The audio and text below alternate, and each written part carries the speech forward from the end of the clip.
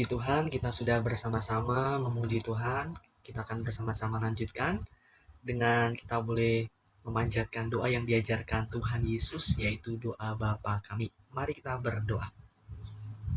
Dalam nama Tuhan Yesus kami berdoa. Bapa kami yang di surga, dikuduskanlah namamu. Datanglah kerajaan-Mu, jadilah kehendak-Mu di bumi seperti di surga. Berikanlah kami pada hari ini makanan kami yang secukupnya, dan ampunilah kami akan kesalahan kami, seperti kami juga mengampuni orang yang bersalah kepada kami. Dan janganlah membawa kami ke dalam pencobaan, tetapi lepaskanlah kami daripada yang jahat, karena Engkau yang punya kerajaan, dan kuasa, dan kemuliaan sampai selama-lamanya. Amin. Di dalam nama Tuhan Yesus, berbagi renungan firman Tuhan di pagi hari ini, kiranya firman Tuhan di pagi ini boleh menjadi berkat untuk kehidupan iman kita di dalam Tuhan, sehingga firman Tuhan bukan hanya kita baca, tetapi firman Tuhan juga boleh bersama-sama kita lakukan dalam kehidupan kita sehari-hari. Firman Tuhan di pagi hari ini saya ambilkan dari kitab Matius pasal yang kelima, ayat 48. Matius pasal yang kelima ayat yang ke-48. Karena itu haruslah kamu sempurna, sama seperti Bapamu yang di surga adalah sempurna. Satu harapan Tuhan kepada kita sebagai anak-anaknya, kita sebagai pengikut-pengikutnya. Apa harapan Tuhan kepada kita? Dikatakan di dalam ayat 48, kita harus memiliki kesempurnaan hidup. Tentunya menjadi satu pertanyaan, bukan satu perkara mudah untuk kita boleh menjadi orang yang sempurna. Memang betul. Mungkin kita bisa mengatakan bahwa kesempurnaan hanyalah milik Tuhan. Benar. Tapi kalau kita boleh melihat dari apa yang Yesus katakan, ini adalah satu harapan Tuhan kepada kita, supaya kita bisa berusaha mengejar kesempurnaan hidup itu. Mungkin langkah kecil yang bisa kita lakukan, yang bisa kita usahakan adalah kita bisa berusaha mendisiplinkan kerohanian kita. Mengapa kita harus mendisiplinkan kerohanian kita? Agar supaya kehidupan kita boleh semakin serupa dengan Kristus. Agar supaya kita bisa menjadi kesaksian yang harum untuk orang-orang di sekitar kita. Bagaimana caranya agar kita bisa mendisiplinkan kehidupan rohani kita di tahun 2021 ini?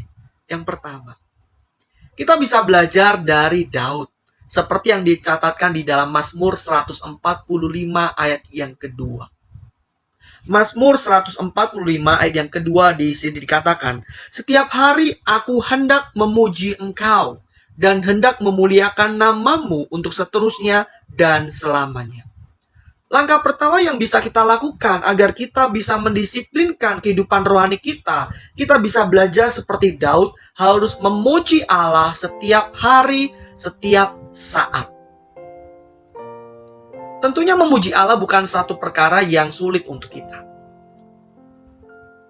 Tapi mau atau tidak, kita memuji Tuhan.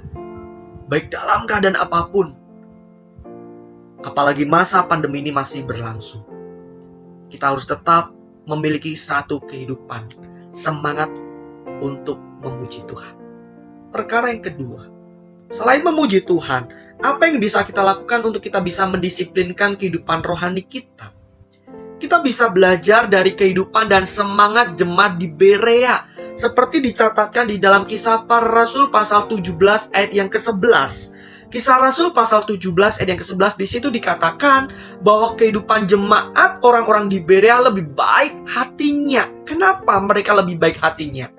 Karena mereka bukan hanya mendengar firman Tuhan, tetapi mereka memiliki satu kebiasaan menyelidiki kitab suci. Mari kita bisa belajar, bukan hanya membaca, tetapi kita boleh melangkahkan langkah yang lebih baik lagi.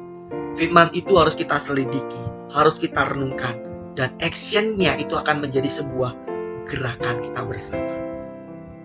Dan poin yang ketiga yang terakhir, selain memuji Tuhan, firman Tuhan menjadi makanan kita. Yang ketiga, kita juga bisa belajar seperti Daniel. Seperti yang dicatatkan di dalam Daniel pasal yang ke-6 ayat yang ke-11. Di situ dikatakan, Daniel memiliki kebiasaan berdoa kepada Allah 3 kali sehari. Bagaimana dengan kita? Bagaimana dengan saya pribadi? Ini boleh menjadi sebuah renungan buat kita. Sudahkah di hari ini kita berdoa kepada Allah? Berdoa bukan hanya sebagai sebuah rutinitas kita, tetapi bisakah kita dalam satu hari kita bisa menyisihkan waktu, kita menyediakan waktu untuk kita boleh membangun hubungan yang intim dengan Tuhan?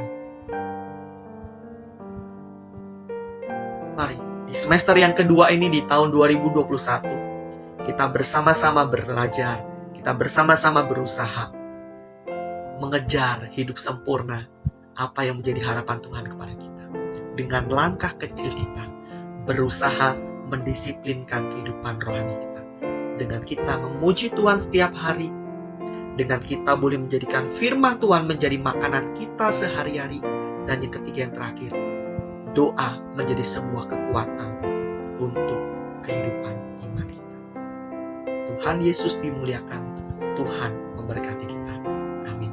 Kita akan bersama-sama tutup dalam doa. Mari kita berdoa. Di dalam nama Tuhan Yesus kami berdoa. Terima kasih Tuhan atas renungan firman-Mu di pagi hari ini.